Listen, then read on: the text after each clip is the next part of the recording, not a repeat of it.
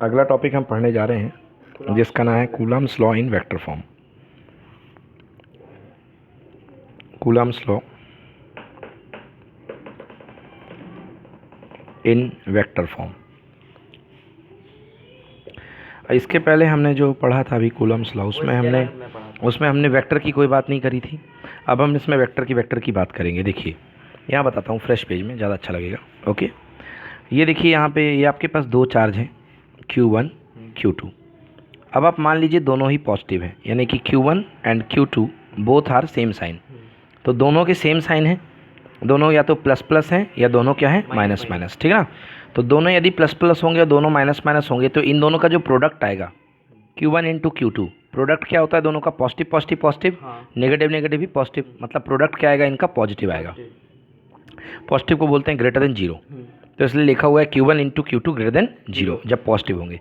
तो देखो ये इसको रिपेल करेगा, ये चार्ज 1 है रिपेल करेगा, चार्ज 2 को क्या करेगा? रिपेल। तो ये कहलाएगा F किस पर लगने वाला? 2 पर लगने वाला। किसकी वजह से? 1 की वजह से। This is called F21। और ये F21 क्या कहलाता है? F21 मतलब force on charge 2, force on charge 2 Q2 due to Q1 की वजह से लगने वाला फोर्स F21। क्लियर है? अब ये इसको धक्का मारेगा इधर की तरफ क्योंकि रिपेल करेगा, तो ये क्या करेगा? Force on charge 1 because of 2। 1 पर लगने वाला फोर्स किसकी वजह से? Q की वजह से, 2 की वजह से। समझ में आया सर? 1 पे, हाँ 1 पर, ये चार्ज 1 है ना, तो ये फोर्स किस पर लग रहा है? चार्ज 1 पर। किसकी वजह से लग रहा है? 2 की वजह से। क्लियर हुआ नहीं हुआ? ये कौन सा चार्ज है? 2। ये 2 चार्ज किसकी वजह से? 2 पर 1 की वजह से, 1 की वजह से, और ये 1 पर 2 की वजह से। दो अलग अलग बातें हैं। एक है 2 पर 1 की वजह से और एक है 1 पर 2 की वजह से। क्लियर हुआ नहीं हुआ? क्लियर हुआ? अब इनके बीच की जो दूरी है, इसको आप चाहें इसके बीच की दूरी को आप बोल सकते हैं, आप R भी बोल सकते हैं इसके बीच की दूरी को। यस और नो? क्योंकि ये 1 और 2 के बीच की दूरी, तो आप इसको R12 भी बोल सकते हैं या आप इसको R21 भी बोल सकते हैं, क्योंकि यहाँ से यहाँ आओगे, यहाँ से यहाँ जाओगे तो बात डिस्टेंस चेंज नहीं होगी। बिल्कुल सही। तो जो दोनों के बीच की दूरी है जिसको R का मैग्नीट्यूड है उसको आप R12 भी बोल सकते हैं। R12 का मैग्नीट्यूड मतलब डिस्टेंस, और that is equal to R21 भी बोल सकते हैं। वेक्टर का कोई महत्व यहाँ पे ज़्यादा नहीं है क्योंकि आप बात कर रहे हो डिस्टेंस की। क्लियर है? अब चलिए हम बताते हैं इस पर लगने वाला फोर्स। सबसे पहले force on charge 2 because of charge 1। Charge 2 पर लगने वाला फोर्स क्या है? F21। वेक्टर लगा दीजिए। Formula F21 is equals to 1/4 pi epsilon naught. अगर मीडियम है तो एप्सिलॉन R, अगर मीडियम है तो, है ना, नहीं है तो कोई बात नहीं, अगर मीडियम तो 1 हो जाएगा एप्सिलॉन R, है ना। तो यहाँ पे आएगा 1/4 pi epsilon naught Q1 Q2 upon दोनों के बीच की दूरी, चाहे तो R² ले लो, चाहे तो R12 ले लो, चाहे तो R21 ले लो, कुछ भी ले लो। मैं सीधे ले लेता हूँ R का स्क्वायर। दोनों के बीच की दूरी R का स्क्वायर। अब ये देखिए, ये जो फोर्स है 2-1, ये किस दिशा में लग रहा है? आगे की तरफ। मतलब अब देखो, ये इतना पार्ट में तो कोई वेक्टर नहीं है, बट ये वाला पार्ट वेक्टर है, तो इसको हमको दिशा देनी पड़ेगी। तो दिशा देने के लिए जिस वेक्टर का इस्तेमाल किया जाता है उसको बोलते हैं यूनिट वेक्टर। क्या बोलते हैं? Unit vector. यूनिट वेक्टर केवल डायरेक्शन देने का काम करता है। तो इसकी डायरेक्शन किधर से किधर की तरफ है? 1 से लेके 2 की तरफ, है ना। फोर्स आगे की तरफ इनटू R यूनिट वेक्टर किसका? R12 का कैप बताता है यूनिट वेक्टर। क्या बताता है? Unit vector. ये हो गया R12 का कैप। यदि 1/4 pi epsilon naught epsilon R Q1 Q2, ये R की जो दूरी है, ये R12 की दूरी, बात तो एक ही है ना, चाहे R लिखो चाहे R12 लिखो, चाहे, तो यहाँ पर अपने फ़ायदे के लिए हम इसको R12 का स्क्वायर कर देते हैं। और हमने क्लास 11th में पढ़ा है कि किसी भी वेक्टर का unit vector equal to given vector upon उसका मैग्नीट्यूड होता है। ये होते हैं यूनिट वेक्टर की definition. Unit vector equal to given vector upon उसका मैग्नीट्यूड है। तो यहाँ पर आप इसको लिख सकते हो R12 वेक्टर अपॉन उसका मैग्नीट्यूड कितना? R12।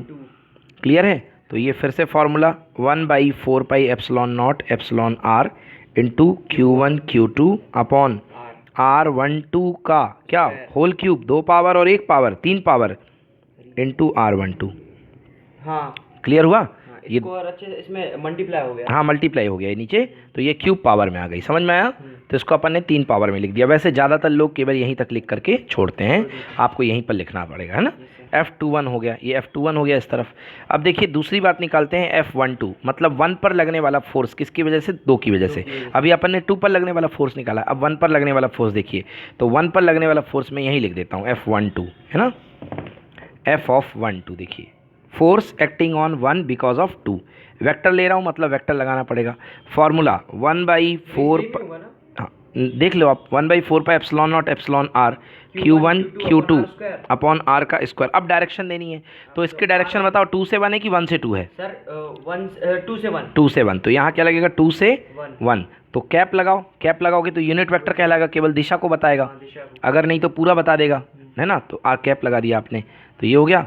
तो F12 equal to 1/4 pi epsilon naught epsilon R Q1 Q2 upon, आप इसको R12, हाँ R21 अपने फायदे के लिए, R21 का होल स्क्वायर। इसको ब्रेक कर दो तो हो जाएगा R21 vector upon mod of R21, इसको क्यूब कर दो। So F12 vector equal to 1/4 pi epsilon naught Q1 Q2, हाँ ER epsilon R upon R21 का होल क्यूब इंटू R21। समझ में आया? R21 वेक्टर क्लियर है ना। अच्छा, ये वेक्टर अगर R12 है तो ये वेक्टर क्या होता है? R21 होता है। R21 को आप लिख सकते हो माइनस ऑफ R12, मतलब R12 का अपोजिट। क्या लिख सकते हो? माइनस ऑफ R12 का अपोजिट है। तो यहाँ पर जो R21 है, आप यहाँ पर माइनस R21 लिख सकते हो। तो F12 is equal to minus of minus R12, R21 को माइनस ऑफ R12, ये माइनस बाहर ले लिया, यहाँ पर क्या बचेगा? R12 1/4 pi epsilon naught epsilon R Q1 Q2 upon R21 का whole square. This is F12 is equal to minus of, what is this? This is F21। समझ गए? F12 मतलब यहाँ लगने वाला फोर्स इस वाले फोर्स के बराबर है, बट डायरेक्शन में क्या है? अपोजिट है। एक्शन रिएक्शन पेयर, हाँ अरे डायरेक्शन अपोजिट माइनस बताता है, माइनस साइन जो होता है डायरेक्शन का अपोजिट होना बताता है। This is called action reaction pair. क्या कहलाता है? क्लियर हुआ? This is action and this is reaction. तो न्यूटन्स थर्ड लॉ को ये वेरीफाई करता है, इक्वल एंड अपोजिट रिएक्शन। समझ में आया ना? तो ये न्यूटन्स लॉ को वेरीफाई करता है। तो ये देखिए स्लाइड में आपके पास जो है ना, स्लाइड में आपके पास F12 लिखा है ना, F12 एंड देन F21, ठीक है ना। क्लियर हो गया? दोनों पार्ट हो गए, है ना। इनवर्स स्क्वायर लॉ बोलते हैं इसको, क्योंकि R इसमें आता है। क्लियर है ना। अब यूनिट ऑफ चार्ज हम पढ़ ही चुके हैं, कूलाम होती है यूनिट ऑफ चार्ज, ठीक है ना। यूनिट ऑफ चार्ज क्या होती है? कूलाम। और बाकी डिफरेंट यूनिट्स हैं, those are not very much important. अब पढ़ते हैं रिलेटिव परमिटिविटी। अभी रिलेटिव परमिटिविटी पढ़ ली अपन ने, epsilon R equal to epsilon of the medium upon epsilon of the air. पढ़ लिया ना इसको, है ना। इसको एप्सिलॉन ऑफ द मीडियम और एप्सिलॉन ऑफ द एयर बोलते हैं, ठीक ना। अब इसकी एक और डेफिनेशन है, जरा देखिए रिलेटिव परमिटिविटी की। यदि आप फोर्स इन एयर ले लें, फोर्स इन एयर या फोर्स इन वैक्यूम, इसको फोर्स इन एयर कर लीजिए, ओके। यदि आप फोर्स इन एयर लेते हैं तो आपके पास रिलेशन क्या आता है? 1/4 पाई एप्सिलॉन नॉट आता है force in air into Q1 Q2 upon R square आता है। अगर आप फोर्स इन मीडियम लेते हैं तो आपके पास क्या आता है? 1/4 पाई एप्सिलॉन नॉट के साथ क्या आता है? Epsilon R। एयर का तुलना में गाढ़ापन आ जाता है एप्सिलॉन R, हाँ या ना? आता है कि नहीं आता? Into Q1 Q2 same charge और सेम डिस्टेंस, बोलो यस। आप दोनों को डिवाइड कर दो, दोनों को क्या कर दो?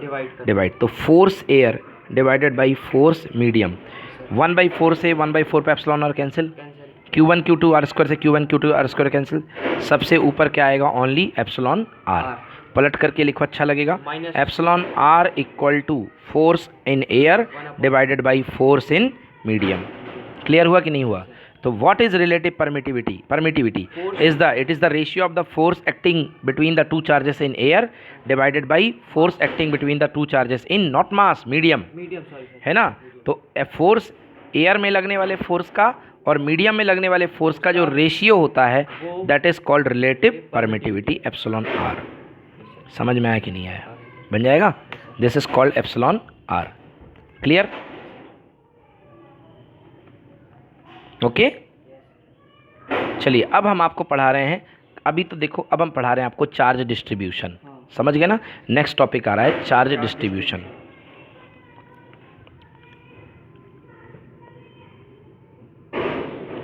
Next topic is charge distribution. Charge distribution समझ गए? तो चार्ज डिस्ट्रीब्यूशन मतलब चार्ज को बांटना, चार्ज को डिस्ट्रीब्यूट करना मीन्स चार्ज को बांटना। अब चार्ज का डिस्ट्रीब्यूशन जो होता है दो टाइप का होता है। नंबर वन, एक डिस्ट्रीब्यूशन होता है जिसको बोलते हैं कंटिन्यूअस। क्या होता है? Continuous, NOUS, continuous distribution. और दूसरा होता है डिस्क्रीट डिस्ट्रीब्यूशन, है ना? डिस्क्रीट। कंटिन्यूअस को हिंदी में बोलते हैं सतत, सतत मतलब लगातार, लगातार, समझ गए ना? और दूसरा होता है डिस्क्रीट मतलब होता है टूट टूट करके, ऐसा कुछ। एग्जाम्पल के लिए सतत देखिए, आपके पास जो है कोई चीज़ है, तो एक है अपने पास कंटिन्यूअस डिस्ट्रीब्यूशन और एक है डिस्क्रीट डिस्ट्रीब्यूशन। समझ गए? अब थोड़ा समझो इसको लाइफ के एग्जांपल से। अगर आप कभी मार्केट में शक्कर खरीदने जाओ, तो शक्कर खरीदने के लिए जो पेन पे दुकान वाला रखता है, फिर उसके बाद स्टार्टिंग होती है 0.1 ग्राम, फिर धीरे धीरे बढ़ के आता रहता है। कोई भी चीज़ तुलने वाली जो होती है वहाँ पर वो कंटिन्यूअस मेजरमेंट करता है। बट आप साबुन खरीदने गए तो वो एक पैकेट देगा। अब एक पैकेट साबुन जो आपका आएगा, मान लो 100 ग्राम की बट्टी है, तो उसके बाद अगली बट्टी कितने की आएगी? 100 ग्राम की। ऐसा तो नहीं कि 100 ग्राम के बीच में 101 ग्राम एग्जिस्ट करे, नहीं करता है। 100 ग्राम के बाद दूसरी बट्टी किसकी आएगी? 100 की। फिर तीसरी बट्टी आएगी तो कितनी की? 100 ग्राम की। बट यहाँ पर पॉइंट टू पॉइंट मेजर हो रहा है। शक्कर लेने जाओ या कोई भी तेल लेने जाओ, पेट्रोल भरवाने जाओ, तो पॉइंट टू पॉइंट बढ़ता है। तो ये जो मेजरमेंट होता है, ये जो डिस्ट्रीब्यूशन होता है, उसको बोलते हैं कंटिन्यूअस। और ये जो होता है इसको बोलते हैं डिस्क्रीट। समझ गए ना? एक होता है कंटिन्यूअस, एक होता है डिस्क्रीट। ये परमानेंट कैसे, मतलब समझा नहीं मैं? अच्छा, आप इसके लिए परमानेंट बोल रहे हैं। हाँ, ये अपने आप में परमानेंट है ना? ये अपने आप में परमानेंट है। जैसे सर शक्कर को धीरे हाँ, उसको वैसे ही डालेंगे तभी आप वेट मेज़र कर पाओगे, है ना? उसमें ऐसा होता है, वो पैकेट फॉर्म में नहीं आती शक्कर आपको मेज़र करना पड़ता है। क्लियर हुआ ना? क्लियर है ना? तो that is called continuous distribution and this is called discrete distribution. Clear हुआ? तो अब जैसे कंटिन्यूअस डिस्ट्रीब्यूशन का मतलब समझो, ये आपके पास कोई तार है, ये कोई वायर है, ये कोई वायर है, ओके, तार है। अब देखो, अब कंटिन्यूअस डिस्ट्रीब्यूशन की मैं बात करूं तो कंटिन्यूअस डिस्ट्रीब्यूशन का मतलब होता है आपने इस पे चार्ज पे लगाया, चार्ज इसको दिया, इस पॉइंट पे चार्ज दिया, बोलो हाँ। तो ये चार्ज है। मेटल का नेचर होता है कि पूरा चार्ज प्लस दोगे या माइनस दोगे, भी मैं प्लस दे रहा हूँ, इसके ऊपर आकर के छप जाएगा, इसके ऊपर डिस्ट्रीब्यूट हो जाएगा पूरा का पूरा चार्ज। समझ गए ना? पूरे में हुआ है, बोलो हाँ है ना? पूरे में हुआ है। ऐसा तो नहीं हुआ कि यहाँ तक हुआ और फिर यहाँ छूट गया और फिर यहाँ हुआ। अगर ऐसा डिस्ट्रीब्यूशन होता तो ये कहलाता है डिस्क्रीट डिस्ट्रीब्यूशन। बट ऐसा डिस्ट्रीब्यूशन होता है तो उसको बोलते हैं अपन कंटिन्यूअस डिस्ट्रीब्यूशन। क्या बोलते हैं? Continuous distribution. समझ में आया ना? तो हमको 3 तरीके के डिस्ट्रीब्यूशन पढ़ने हैं, है ना? और हमको कंटिन्यूअस, डिस्क्रीट तो ज़्यादा नहीं पढ़ना, डिस्क्रीट हमारे ज़्यादा काम का नहीं है, हमें ज़्यादा पढ़ना है कंटिन्यूअस डिस्ट्रीब्यूशन। समझ गए ना? तो कंटिन्यूअस में क्या होता है कि एक जो चार्ज होता है, जैसे ये 2 चार्ज बैठे, इनको जूम करके देखो अगर आप, तो जूम करके देखा तो इनके बीच की स्पेस जो होती है बहुत कम होती है। समझ गए ना? ये अपने हर अगले स्पेस को फिल कर देते हैं, हर स्पेस को क्या करते हैं? फिल कर देते हैं। जैसे आप पेंट करते हो तो पेंट कैसे करते हो? आप कंटिन्यूअसली पेंट करते हो। ऐसा तो नहीं कि यहाँ पेंट किया फिर यहाँ छोड़ दिया, नहीं, कंटिन्यूअस, है ना? कंटिन्यूअसली पेंट होता है, तो that is called continuous charge distribution. तो देखो, इसको देखते हैं, स्लाइड में देखेंगे क्या लिखा हुआ है। स्लाइड में देखिए, any charge which covers space distributions dimensionless much less than its distance away from the observation point can called as continuous charge. A system of closely spaced charge is said to form a continuous charge distribution. एक closely space charge, closely space मतलब जिनके बीच में gap ना हो, ऐसे system distribution of charge को बोलते हैं अपन continuous charge distribution. It is useful to consider the density of a charge distribution as we do for the density of solid liquid gas. अब अगर आप चार्ज डिस्ट्रीब्यूशन पढ़ना जा रहे हो तो आपको चार्ज डेंसिटी के बारे में पढ़ना पड़ेगा। तो हम 3 तरीके की चार्ज डेंसिटी पढ़ने वाले हैं। सबसे पहले नंबर देखिए, तीनों चीज़ों को जानने के लिए आपको चार्ज डेंसिटी पढ़नी पड़ेगी। अब हम क्या पढ़ रहे हैं? Charge distribution. कौन सा डिस्ट्रीब्यूशन? कंटिन्यूअस। कंटिन्यूअस को समझने के लिए हमको चार्ज डेंसिटी समझने की ज़रूरत है, ठीक है ना? आ रही मेरी बात समझ में? तो अब हम पढ़ने वाले हैं चार्ज डेंसिटी। हाँ, चार्ज डेंसिटी। तो कई तरीके के डिस्ट्रीब्यूशन होते हैं जिसमें चार्ज डेंसिटी अब पढ़ने वाले हैं, समझ में आया ना? अब देखिए चार्ज डेंसिटी क्या होती है। जैसे कि आपके पास कोई ये तार है, ये क्या दिख रही है आपको? इसमें लेंथ दिख रही है। एक धागा मान लो एकदम पतला, एकदम पतला, तो धागे में केवल लेंथ होती है, केवल लेंथ, ऐसा मान लो। ऐसा तो दुनिया में कोई ज्योमेट्री नहीं है कि जिसके पास लेंथ हो और एरिया ना हो, होती है। तो अगर केवल लेंथ है और अगर आपने चार्ज डिस्ट्रीब्यूट किया तो पूरे लेंथ में चार्ज चला जाएगा, चला जाएगा, पूरे लेंथ में चार्ज चला जाएगा। क्लियर? लीनियर चार्ज डेंसिटी मतलब कि यूनिट लेंथ में कितना चार्ज गया। अब देखिए, अगर एल लेंथ है आपके पास तो एल लेंथ में कितना चार्ज गया? Q charge. मान लो आपने क्यू चार्ज दिया तो एल लेंथ में कितना चार्ज गया? Q charge. तो यूनिट लेंथ में सबसे छोटे से नन्हे से हिस्से में कितना चार्ज गया? Q upon L, Q upon L. अगर क्यू चार्ज पूरे में गया है तो यूनिट में कितना गया? Q upon L. समझ में ना? So this is called linear charge density, this is called lambda. Lambda is equals to Q upon L. समझ गए ना? अगर एक जैसा वेरिएशन हो रहा है, एक जैसा चार्ज जा रहा है तो that is called lambda equal to Q upon L. समझ गए? यूनिट चार्ज डेंसिटी, ठीक है ना? The charge is distributed over a straight line और over the circumference of a circle. Circumference of a circle पे भी चला जाए, कोई प्रॉब्लम नहीं है। ये आपके पास सर्कमफेरेंस ऑफ सर्कल है, आपने इसको चार्ज दे दिया यहाँ से। अब ये पूरा का पूरा चार्ज जो है इसके ऊपर डिस्ट्रीब्यूट हो गया इवनली। इवनली मतलब एक समान, इवनली मतलब एक समान। तो इसकी सरकमफेरेंस कितनी होती है? मान लो इसकी सरकमफेरेंस की लंबाई है L. Very good, 2 pi R, तो बहुत अच्छी बात है। 2 पाई आर लेंथ पे कितना चार्ज गया? Q charge. तो यूनिट लेंथ पे कितना चार्ज गया? Q upon 2 pi R. This is called lambda. इसके लिए that is equal to Q upon 2 pi R. समझ में आया? अब ये तो था, यहाँ पर ये केस था कि चार्ज जो है हर जगह बराबर बराबर मात्रा में लोड हो रहा है। अब ऐसे भी केस आते हैं फिजिक्स में जहाँ पर चार्ज बराबर बराबर मात्रा में लोड नहीं हो रहा है, कहीं पर चार्ज ज़्यादा जा रहा है, कहीं पर चार्ज कम जा रहा है। समझ गए ना? तो उसके लिए हमको दूसरा काम करना पड़ता है। देखिए यहाँ पर बराबर बराबर जा रहा था, अब उसके लिए क्या करो? अगर आपके पास चार्ज इवनली स्प्रेड नहीं हो रहा है, मान लीजिए ये आपके पास लेंथ है और इसमें आपने क्यू चार्ज दिया है, तो बट चार्ज इवनली स्प्रेड नहीं है, तो आप एक छोटा सा पार्ट मान लो, ये है छोटा सा पार्ट है, और इस पार्ट की लेंथ ले लो डीएल। क्या ले लो? Length DL. समझ में आया? डीएल ले ली। चार्ज थोड़ी सी इसकी लेंथ ले ली डीएल। मान लीजिए छोटी सी लेंथ डीएल में कितना चार्ज गया? डीक्यू। थोड़ा सा चार्ज गया डीक्यू। तो now this time lambda equal to DQ by DL, DQ by DL, lambda equal to DQ by DL. ठीक है ना? अब यदि इसको इंटीग्रेट, लैम्डा ले लो, lambda into DL is equal to कितना? डीक्यू। पलट के लिखो, DQ is equals to lambda into DL. Integrate कर दीजिए दोनों तरफ का, D Q is equals to lambda DL. D Q का इंटीग्रेशन क्या हो जाएगा? Q. Total charge equal to lambda DL. Lambda DL, L नहीं, लैम्डा जो रहेगा ना फंक्शन रहेगा। इसमें सर इंटीग्रेट हो सर, ये क्यों नहीं जाएगा सर? क्या बेटा? सर ये किसकी उसमें होगा सर? लेंथ के रिस्पेक्ट में, लेंथ के रिस्पेक्ट में इंटीग्रेट होगा। तो सर ये तो बाहर चले जाना। नहीं, ये बाहर इसलिए नहीं जाएगा क्योंकि कांस्टेंट नहीं है। अगर कांस्टेंट होगा तो बाहर चला जाएगा, तो ये वाला फार्मूला बन जाएगा फर्स्ट वाला। अभी मैंने बोला ना अलग अलग डिस्ट्रीब्यूशन है, कहीं पर ज़्यादा चार्ज जा रहा है, कहीं पर कम जा रहा है, तो लैम्डा वेरी करेगा ना, तभी तो ऐसा हो रहा है। अगर आप लैम्डा को कांस्टेंट कर दोगे तो आपका पिछला वाला केस आ जाएगा। देख लो, लैम्डा अगर कांस्टेंट है, अगर लैम्डा कांस्टेंट नहीं है तो डी क्यू का इंटीग्रेशन क्या आ जाएगा? क्यू। लैम्डा बाहर और डी एल का कितना? एल। तो लैम्डा इक्वल टू कितना? Q upon L. ये आपका पहला वाला केस, यूनिफॉर्म डिस्ट्रीब्यूशन। और ये नॉन यूनिफॉर्म। हाँ, ये नॉन यूनिफॉर्म है, थोड़ा सा इसमें अलग अलग जगह पर अलग अलग डेंसिटी, इसको बोलेंगे वेरिएबल। लैम्डा वेरिएबल डिस्ट्रीब्यूशन है। समझ में आया? नेक्स्ट है सरफेस चार्ज डेंसिटी। क्या है? Surface charge density. नेक्स्ट पढ़ रहे हैं अपन surface charge density. Surface charge density, charge density. ये आपके पास कोई सरफेस है, ये आपके पास क्या है? कोई सरफेस है, सरफेस है। इस सरफेस का एरिया है एस। क्या एरिया है? एस। इस पर चार्ज आपने दे दिया, कुछ चार्ज दे दिया, क्यू चार्ज। अब अगर चार्ज इवनली और यूनिफॉर्मली डिस्ट्रीब्यूट हुआ है, बराबर बराबर गया, हर पॉइंट को उतना ही मज़ा मिला है, सबको बराबर मिला है, समझ गए ना? तो आप क्या करोगे? Q charge, sorry, S surface पे जा रहा है कितना charge? Q charge. Q charge, S surface area पे कितना जा रहा है, क्यू चार्ज, या ए सरफेस भी लिख सकते हो, ए भी लेते हैं। ए सरफेस इसका एरिया ए है, तो ए सरफेस एरिया पे कितना जा रहा है, क्यू चार्ज। तो यूनिट सरफेस एरिया पे कितना जाएगा, Q upon A. This is called surface charge density. It is denoted by sigma.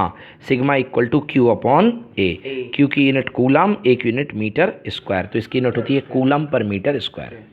समझ में आया, कूलम पर मीटर स्क्वायर। ये देखो surface charge density is the charge पर यूनिट एरिया, देखेंगे क्यू अपॉन डी एस, ठीक है ना। इसकी डेंसिटी देखेंगे, यस। तो if the surface charge density, ये जो है अपने पास the surface charge density over a surface area, then the distribution is called surface charge distribution. Surface charge density is the surface charge पर unit area, its SI unit is coulomb per metre square, coulomb per metre square. Sigma equal to Q upon S और sigma equal to D Q by D S. अब ये D Q upon D S कहाँ पे होगा, D मतलब बदलाव, जहाँ पर चार्ज डेंसिटी में बदलाव हो रहा है वहाँ पर D Q upon D S का अपन इस्तेमाल करेंगे, ठीक ना, D Q upon D S. तो देखिए D Q upon D S वाला कंसेप्ट देख लीजिए। अगर चार्ज डेंसिटी अलग हो रही है तो आप पूरे सरफेस पे एक छोटा सा एरिया सेलेक्ट कर लो, इतना सा सेलेक्ट कर लिया। अब मान लीजिए ये है डी एस एरिया और इस पर चार्ज कितना गया है, डी क्यू। तो डी एस एरिया कितना चार्ज खाता है, D Q.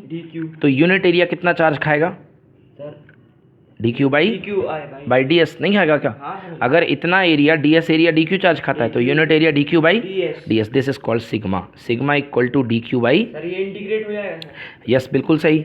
Sigma D S equal to कितना, डी क्यू। इंटीग्रेट कर दो, sigma into D S equal to D Q का इंटीग्रेशन, क्लियर हुआ है ना। तो सिग्मा की जो वैल्यू है रख देना, इंटीग्रेट कर देना। This is equal to total charge, तो total charge equal to integration total charge equal to sigma into D S. Clear हो गया, ये हो गया अपना सरफेस चार्ज डेंसिटी। क्या आ गया ये, सरफेस चार्ज डेंसिटी। अब नेक्स्ट पढ़ते हैं। अभी आपने क्या किया, धागे को चार्ज दिया, फिर आपने प्लेट को चार्ज दिया, तो धागे में चार्ज लंबाई में गया, प्लेट में चार्ज लंबाई और चौड़ाई में गया। अब आप वॉल्यूम को, मतलब एक फुटबॉल को चार्ज दे दो, किसको चार्ज दे दो, फुटबॉल को। तो उसके लिए हमको पढ़ना पड़ेगा वॉल्यूम चार्ज डेंसिटी। ये मान लीजिए आपके पास ये वी वॉल्यूम की कोई सरफेस है, वी वॉल्यूम का सरफेस है, आपने इसको चार्ज खिलाया, क्यू चार्ज दिया, चार्ज इवनली जा कर के इसके ज़र्रे ज़र्रे में चला गया, हर पॉइंट पर चला गया, बाहर भी अंदर भी, हर पॉइंट पर इवनली डिस्ट्रीब्यूट हो गया। बोलो यस। तो क्यू चार्ज वी वॉल्यूम में कितना चला गया, क्यू चार्ज वी वॉल्यूम में कितना चार्ज गया, तो यूनिट वॉल्यूम में कितना चार्ज आएगा, Q upon V. This is called rho, this is called rho, that is equal to Q upon V volume charge density. This is called, वो अलग बात थी, वो थी स्पेसिफिक रेजिस्टेंस, वो अलग बात था, ये अलग है ना। This is called volume charge density. समझ गया ना, ये वॉल्यूम चार्ज डेंसिटी। क्लियर है। अगर मान लो ये स्फीयर होता सरफेस रेडियस आर का, तो वॉल्यूम चार्ज डेंसिटी कितनी होती, rho is equal to Q, volume क्या होता है स्फीयर का, 4/3 pi R cube, 4/3 pi R cube, ये इसकी वॉल्यूम चार्ज डेंसिटी आ जाती है। क्लियर हुआ। अभी था ये यूनिफॉर्म एंड इवन डिस्ट्रीब्यूशन, बराबर बराबर हर पॉइंट पर इवन डिस्ट्रीब्यूशन हुआ है, एक जैसा डिस्ट्रीब्यूशन हुआ है। बट यदि आपने चार्ज दिया और इवन डिस्ट्रीब्यूशन नहीं हुआ है, तो आप मान लो आपने एक बॉक्स लिया है, आपने उस बॉक्स को चार्ज दिया है ना। अब बॉक्स को आपने चार्ज दिया है, ये बॉक्स है और आपने उसको चार्ज दिया है, और आपका जो चार्ज डेंसिटी है इवनली नहीं है, तो आप क्या करोगे, यहाँ पर मान लोगे डी क्यू चार्ज। तो डी वी वॉल्यूम को कितना चार्ज खिलाया आपने, डी क्यू। तो यूनिट वॉल्यूम को कितना, D V. This is called क्या, rho equal to D Q upon D V. अगर आपको रो पता है और डी वी को यहाँ ले आओ तो ये हो जाएगा डी क्यू, इंटीग्रेट कर दो, rho D V is equals to कितना, डी क्यू। समझ में आ गया। This is volume charge distribution. समझ गया ना सर। ये इंटीग्रेट करेंगे तो ये तो बाहर चला जाएगा सर, रो नहीं। अब फिर से वही पूछे बेटा रो कांस्टेंट नहीं है ना, रो कांस्टेंट नहीं है। अगर कांस्टेंट होता तो अपन पुराना वाला फार्मूला लगा देते ना, वो कांस्टेंट नहीं है। समझ में आया ना, ठीक है ना, यस। तो इस तरीके से ही अपन करते हैं। ये हो गया charge distribution. Next concept is electric field. क्या है अब, इलेक्ट्रिक फील्ड। ये अभी अपन ने चार्ज रखा था पॉजिटिव, अभी पॉजिटिव चार्ज अपने चारों तरह के इन्फ्लुएंस क्रिएट करता है, एक प्रभाव क्रिएट करता है। समझ गए ना। तो आप जहाँ तक इसके प्रभाव को महसूस कर पा रहे हो, प्रभाव महसूस करना मतलब ये प्लस चार्ज है, अगर आप यहाँ पर प्लस चार्ज कोई दूसरा लाओगे तो इसको धक्का मारेगा। तो जहाँ तक ये धक्का मारता है उस रीजन को आपको बोलते हैं क्या, इलेक्ट्रिक फील्ड। इन्फिनिटी पर इलेक्ट्रिक फील्ड कितना माना जाता है, 0। कि इन्फिनिटी पर कोई धक्का नहीं मारेगा, तो इन्फिनिटी पर इलेक्ट्रिक फील्ड कितना होगा? 0। समझ में आया? तो इलेक्ट्रिक फील्ड निकालने के लिए देखो, what is electric field? Electric field is the force experienced by unit charge. Force experienced by unit charge. अगर आपके पास कोई चार्ज है, सोर्स चार्ज है, ये क्यू है, क्यू सोर्स चार्ज, इसको बोलते हैं सोर्स चार्ज, ठीक है ना। और यहाँ पर आप कोई चार्ज ला रहे हो जिसको बोलते हैं टेस्ट चार्ज। क्या बोलते हैं? Test charge. That is called Q naught, that is called Q naught. अब यहाँ पे आप इसको लेकर के आए, तो यहाँ पे इसने इसको धक्का मारा, बोलो हाँ, धक्का मारा, क्या फोर्स एफ से धक्का मारा, क्लियर है ना। तो क्यू नॉट चार्ज पर एक्ट करने वाला फोर्स कितना है? एफ। क्यू नॉट चार्ज पर, यूनिट चार्ज पर एक्ट करने वाला फोर्स क्या होगा? F upon Q naught. समझ में आया? So this is called electric field. Electric field is equals to F upon Q naught. समझ में आया? प्लस चार्ज के लिए, हाँ, इसका वेक्टर भी वही रहेगा प्लस चार्ज के लिए, क्योंकि प्लस चार्ज के लिए वो बाहर भेजेगा, तो फोर्स भी बाहर लगेगा और फील्ड भी बाहर जाएगा। समझ में आया? बट माइनस चार्ज के लिए फोर्स अंदर लगेगा। समझ गए ना। तो E is equal to F upon Q naught. Minus sir खींचेगा और प्लस बाहर निकालेगा। नहीं, यहाँ पे रखोगे माइनस, टेस्ट चार्ज यहाँ पे माइनस रखोगे, ठीक है ना। तो E equal to F upon Q naught, E is equal to F by Q naught. Electric field equal to force upon Q naught. समझ में आ गया? This is called electric field. तो electric field equal to force upon Q naught. और इस charge को तुमको बहुत छोटा लेना है, पता चले ये नहीं कि आपने इतना बड़ा ले लिया कि इसको देख करके यही भग जाए। तो फील्ड निकालने जो गए थे वो टेस्ट सोर्स से ही चार्ज भग जाए। मतलब आपको शेर की दम नापनी थी तो आप डायनासोर लेके आ जाओगे, तो डायनासोर लेके आओगे तो शेर छोड़ के भाग देगा जंगल, बोलो हाँ है ना। सो इसीलिए लिखा जाता है कि ये छोटा होना चाहिए, ये वाला टेस्ट चार्ज बहुत छोटा होना चाहिए। तो लिखा जाता है electric field is equals to force upon test charge provided limit test charge is very small, मतलब delta Q 0 tends to 0, Q naught tends to 0। Clear हुआ? ठीक है ना। इलेक्ट्रिक फील्ड की यूनिट, इलेक्ट्रिक फील्ड अभी पढ़ा अपन ने, F upon Q naught. Force को नापते हैं किस में? न्यूटन में। और इसको किस में नापते हैं? कूलम में।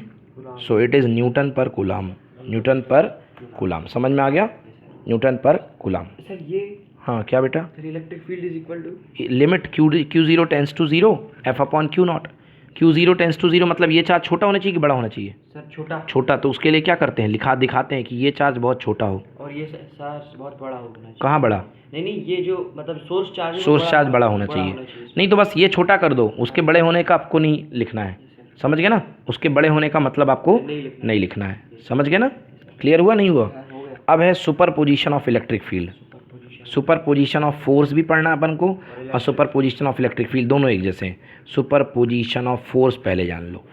देख लो, मान लो ये चार्ज है Q1, ये चार्ज है Q2 और ये चार्ज है Q3। समझ में आया? ये चार्ज Q1 Q2 मान लो सेम चार्ज है, तो ये इसको रिपेल करेगा और ये इसको रिपेल करेगा, बोलो हाँ। तो जो इनका ये फोर्स मान लो ये F1 पर किसकी वजह से? 2 की वजह से। ये F1 पर किसकी वजह से? 3 की वजह से। समझ में आया? तो जो रिजल्टेंट फोर्स निकलेगा वो इन दोनों फोर्सेस का रिजल्टेंट होगा। इस पर लगने वाला जो कुल फोर्स होगा, इस पर कितने फोर्स लग रहे हैं? 2 फोर्स लग रहे हैं। तो जो इस पर टोटल रिजल्ट आएगा वो दोनों फोर्सों का क्या होगा? सम होगा ना। वही मैं बता रहा हूँ। तो दोनों फोर्सों का सम करेंगे। और लास्ट ईयर पढ़ा था, सम करने के लिए कौन सा रूल इस्तेमाल करते हैं? Parallelogram law.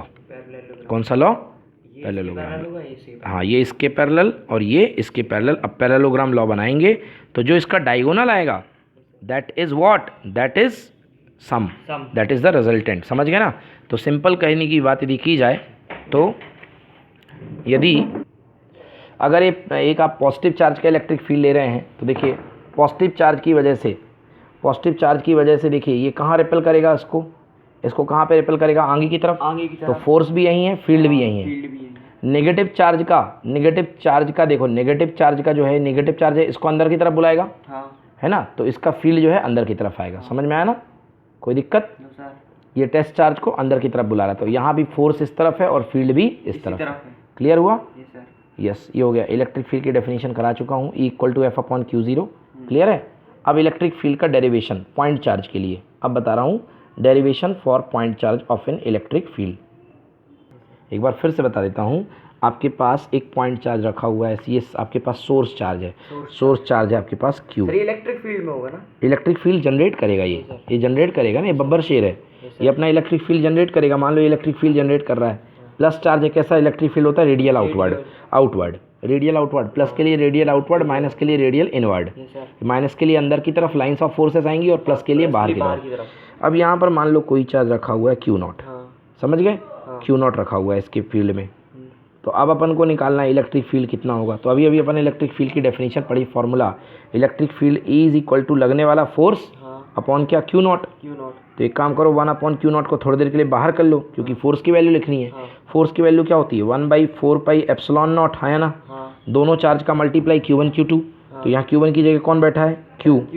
Q2 की जगह कौन बैठा है, Q नॉट। Q2 की जगह कौन है, Q नॉट अपॉन R का स्क्वायर। Q नॉट से Q नॉट कैंसिल। आंसर कितना आया 1/4 pi epsilon not into Q upon R square. समझ में आया, क्लियर हुआ। मतलब ये वाला चार्ज जितना स्ट्रांग होगा ये फील्ड उतना भी स्ट्रांग होगा, ये शेयर जितना अच्छा होगा उसका दायरा भी उतना ज़्यादा होगा। क्लियर हुआ कि नहीं हुआ, क्लियर हो गया।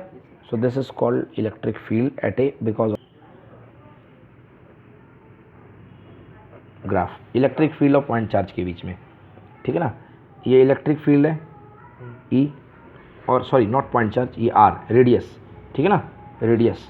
तो रेडियस क्या होती है, इलेक्ट्रिक फील्ड और रेडियस में क्या रिलेशन है, E R का square, R square inversely proportional है। तो R बढ़ेगा तो इलेक्ट्रिक फील्ड घटेगा, तो R बढ़ाते जाओ और फील्ड को कम करते जाओ। ये हो गया, ग्राफ बन गया। E और R स्क्वायर में ये ग्राफ आ गया, समझ में आया, कोई दिक्कत। अब super position of electric field, ये सुपर पोजिशन ऑफ फोर्स है नेक्स्ट अपना topic. Super position of force का मतलब मैंने अभी आपको पढ़ाया कि एक मान लीजिए फोर्स है, एक पॉइंट चार्ज है Q1, इस पर अलग अलग मिल करके फोर्स लगा रहे हैं। एक लगा रहा है F1, ये यहाँ पे, दूसरा यहाँ पे लगा रहा है F2, ये तीसरा लगा रहा है F3। सबकी दिशाएं अलग अलग हैं, तो इनका कैसा सम होगा, वेक्टर सम। तो net force equal to F1 vector plus F2 vector plus F3 vector plus, समझ में आया, ये हो गया नेट फोर्स। क्लियर हुआ। सर समेशन वगैरह क्या था सर?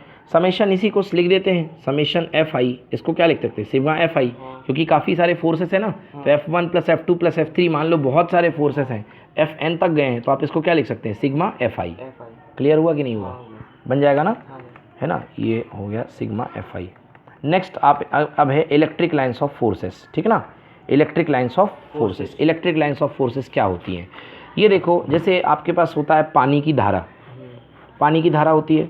अगर आप पानी की धारा में कोई छोटा सा कंकड़ या पत्थर या आप पेपर छोड़ दोगे तो पानी की धारा में बहेगा कि नहीं बहेगा, बहेगा ना। ऐसे ही इलेक्ट्रिक फील्ड भी जो होती है, एक फील्ड है वो भी धारा है, समझ गए ना। इलेक्ट्रिक फील्ड भी एक धारा है। जैसे ये मान लो ये कोई प्लस चार्ज है, अगर ये फील्ड रेडिएट कर रहा है, अगर आपने यहाँ पर +1 कूलाम छोड़ दिया तो ये इसी की दिशा में चलता जाएगा चलता जाएगा चलता जाएगा।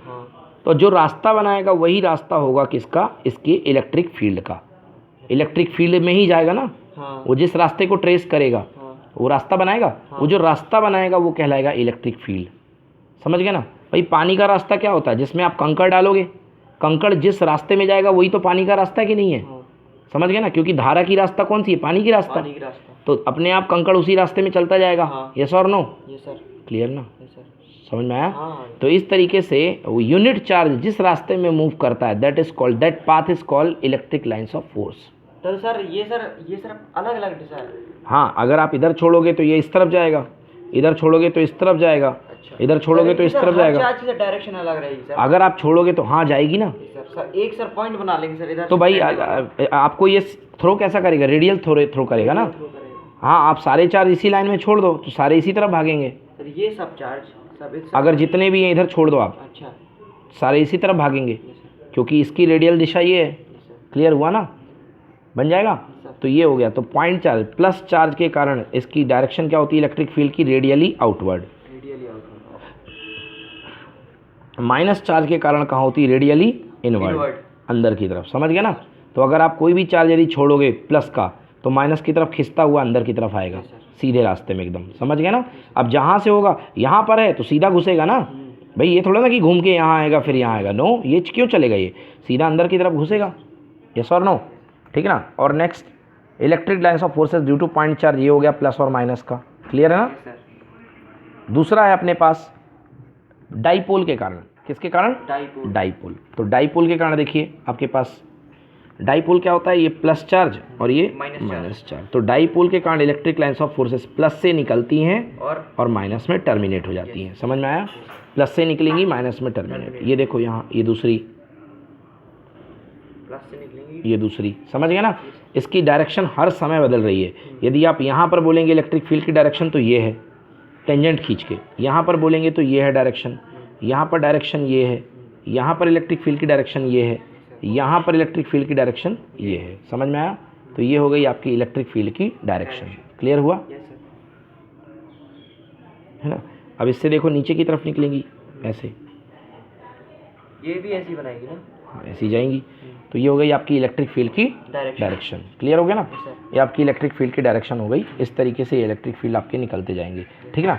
ये देखो आप ध्यान से, इधर की तरफ सिकुड़ रही हैं, इधर की तरफ क्या हो रही हैं, सिकुड़ रही हैं, और इधर की तरफ क्या हो रही हैं, फैल रही हैं। समझ गए ना? यदि यहाँ पर जा रहा था तो कौन सा चार्ज जा रहा था, पॉजिटिव चार्ज। ये जा रहा था तो कौन सा चार्ज जा रहा था, पॉजिटिव। नहीं नहीं नहीं बेटा, लाइन ट्रेस करने के लिए तो एक ही चार्ज भेजोगे ना आप, पॉजिटिव। निगेटिव भेजो या पॉजिटिव भेजो, एक ही भेजोगे ना। आप यहाँ पॉजिटिव भेज रहे हो तो यहाँ निगेटिव क्यों भेज रहे हो? सेम चार्ज भेजो ना। अगर आपको पाथ पता करना है तो आपको सेम चार्ज भेजना पड़ता। मैंने डेफिनेशन में क्या बताया, what is electric lines of forces, it is the path traced by unit positive charge. Unit positive charge जो पाथ ट्रेस करेगा वो होगा उसका इलेक्ट्रिक लाइन्स ऑफ फोर्सेस। तो यहाँ भी पॉजिटिव चार्ज है, यहाँ भी पॉजिटिव चार्ज है। देखो यहाँ रिपल्सन हो रहा है, तो सेम चार्ज में रिपल्सन होता है और अपोजिट चार्ज में अट्रैक्शन होता है। ये देखो सिकुड़ रही है, यहाँ पे सिकुड़ रही ना सर, ये अट्रैक्शन हो रहा है ना बीच? कहाँ पर? हाँ यहाँ पे अट्रैक्शन हो रहा है, ये लाइन्स आपस में सिकुड़ रही हैं। क्लियर हुआ ना? तो यहाँ पर इलेक्ट्रिक फील्ड हाई है, ज़्यादा है, इलेक्ट्रिक फील्ड यहाँ पर ज़्यादा है, ठीक ना? यस। तो ये हो गया अपने पास अपोजिट चार्ज का इफेक्ट। सर ये वाला सर सेम चार्ज बताने वाला हूँ, सेम चार्ज। ऊपर भी प्लस क्यू, नीचे भी सर ये सेम चार्ज में डायपोल नहीं बनेगा प्लस क्यू ना, सेम चार्ज में डाइपोल नहीं बनेगा, सेम चार्ज में डाइपोल नहीं बनेगा। समझ गए? तो प्लस क्यू बोलो, हाँ प्लस क्यू। क्लियर ना?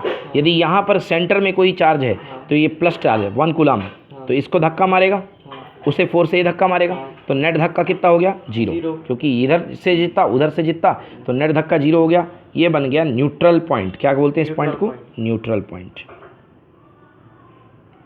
Neutral point. अब यदि इसके डायरेक्शन ऑफ लाइन से देखो तो ये ऐसे जा करके नीचे की इधर हो जाएगी, और ये ऐसे, ये ऐसे, ये ऐसे, ये ऐसे, ये ऐसे। क्यों? अपोजिट है ना, तो अपोजिट है तो सपोर्ट थोड़ा ना करेगी, बोलो हाँ है ना? ये ऐसे, ये ऐसे, ये इस तरीके से जाके से। समझ में आया? ठीक है ना? तो ये हो गई। नेक्स्ट, यूनिफॉर्म फील्ड की lines of forces. Uniform field देखो, एक समान फील्ड जो है, ये प्लस है बैटरी, ये minus. Electric lines of forces you निकलेंगी, यू जाएंगी। समझ गए ना? ये यूनिफाइड हो गए। अब इलेक्ट्रिक लाइंस ऑफ फोर्सेस की प्रॉपर्टी देखो। Electric lines of forces animation में देखो कैसे ट्रेवल हो रही हैं, ठीक है ना? यस, देखो अपने पास electric lines of forces in a uniform field, ठीक है ना? ये देखो, ये अपने पास electric lines of forces plus to minus. Properties of electric lines of forces of field lines. ये फील्ड लाइन की प्रॉपर्टी है। The electric lines of forces are imaginary lines, दिखती नहीं है, अपन कंसीडर करते हैं इनको।